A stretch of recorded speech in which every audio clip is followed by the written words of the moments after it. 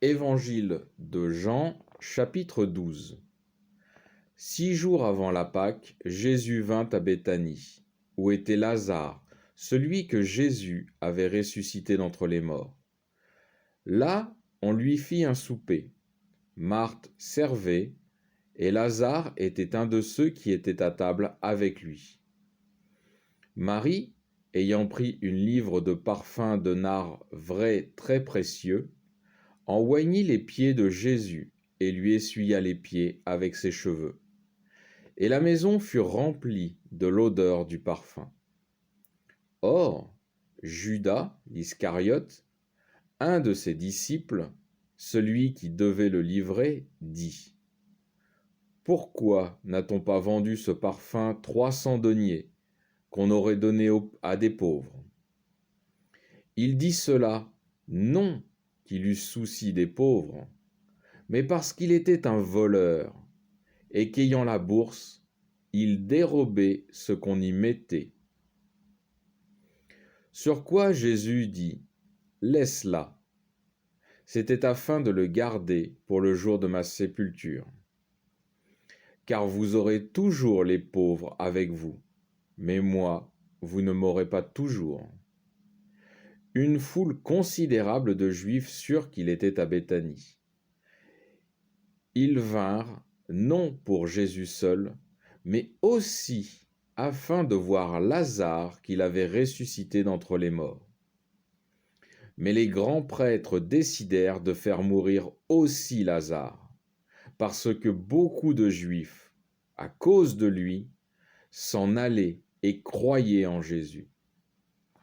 Le lendemain, la foule considérable de ceux qui étaient venus pour la fête, apprenant que Jésus venait à Jérusalem, prirent les rameaux des palmiers et sortirent à sa rencontre. Et ils criaient : « Hosanna ! Béni soit celui qui vient au nom du Seigneur et le roi d'Israël. »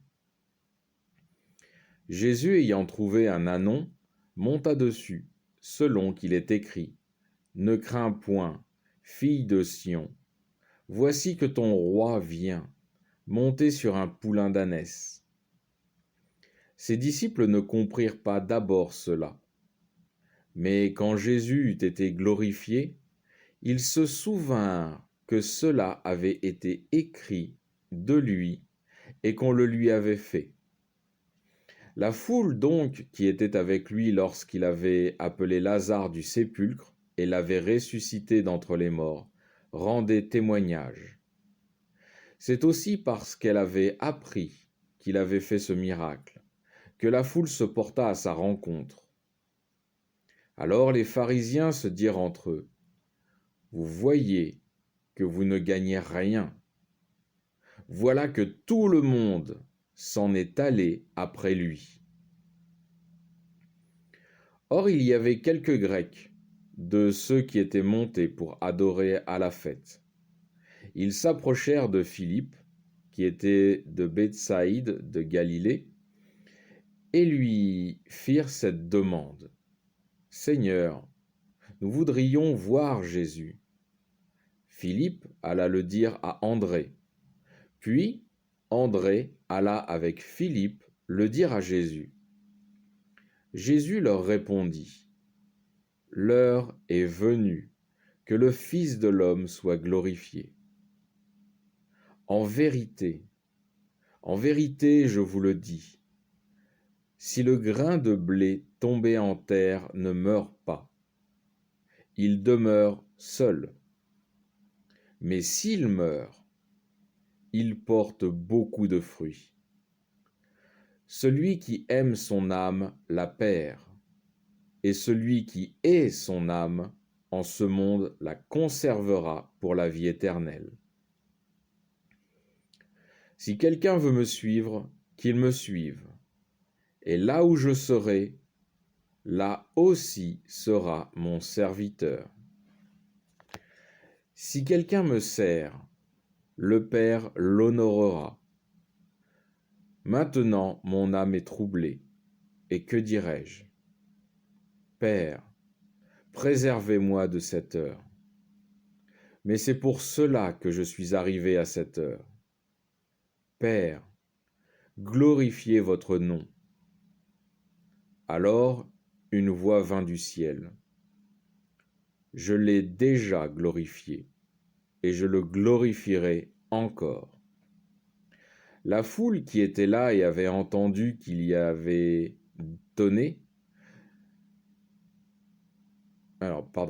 la foule qui était là et avait entendu dit qu'il avait tonné. D'autres disaient, un ange lui a parlé.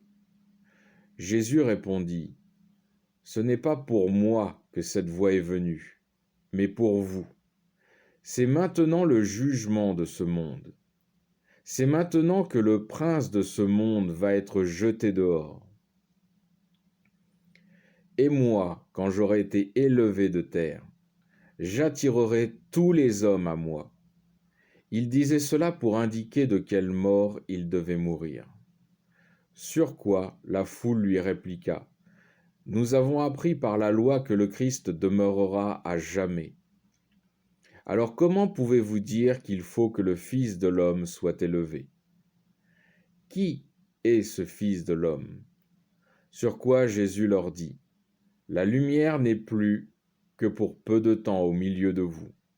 Marchez tant que vous avez la lumière, de peur que les ténèbres ne vous surprennent.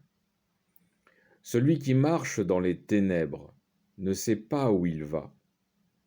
Tant que vous avez la lumière, croyez en la lumière, afin de devenir fils de lumière. » Jésus dit ces choses, puis, s'en allant, il se déroba à eux.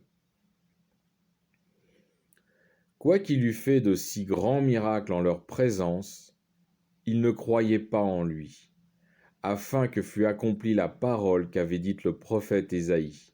« Seigneur, qui a cru à ce que nous avons entendu? Et à qui le bras du Seigneur a-t-il été révélé ?» Ils ne pouvaient donc croire, parce qu'Isaïe a dit encore, « Il a aveuglé leurs yeux et endurci leur cœur, de peur qu'ils ne voient des yeux et qu'ils ne comprennent du cœur, et qu'ils ne se convertissent et que je ne les guérisse. » Isaïe dit cela parce qu'il vit la gloire du Seigneur, et c'est de lui qu'il a parlé. Toutefois, même parmi les chefs, beaucoup crurent en lui. Mais à cause des pharisiens, ils ne l'avouaient pas, de peur d'être exclus des synagogues. Ainsi, ils préférèrent la gloire qui vient des hommes à la gloire due à Dieu. Or Jésus clama, disant, « Celui qui croit en moi, croit non pas en moi, mais en celui qui m'a envoyé. Et celui qui me voit, voit celui qui m'a envoyé. Moi, je suis venu dans le monde en tant que lumière, afin que quiconque croit en moi ne reste pas dans les ténèbres. Si quelqu'un entend mes paroles et ne les garde pas, ce n'est pas moi qui le condamnerai, car je suis venu non pour condamner le monde, mais pour sauver le monde. Celui qui me rejette, et ne reçoit pas mes paroles, à qui le condamnera? La parole que j'ai dite, voilà qui le condamnera au dernier jour. Car moi, je n'ai pas parlé de moi-même, mais le Père qui m'a envoyé, c'est lui qui m'a prescrit ce que j'ai à dire et ce que j'ai à faire entendre. Et je sais que son commandement est la vie éternelle. Les choses donc que je dis, comme mon Père me les a dites, ainsi je les dis. Fin du chapitre 12.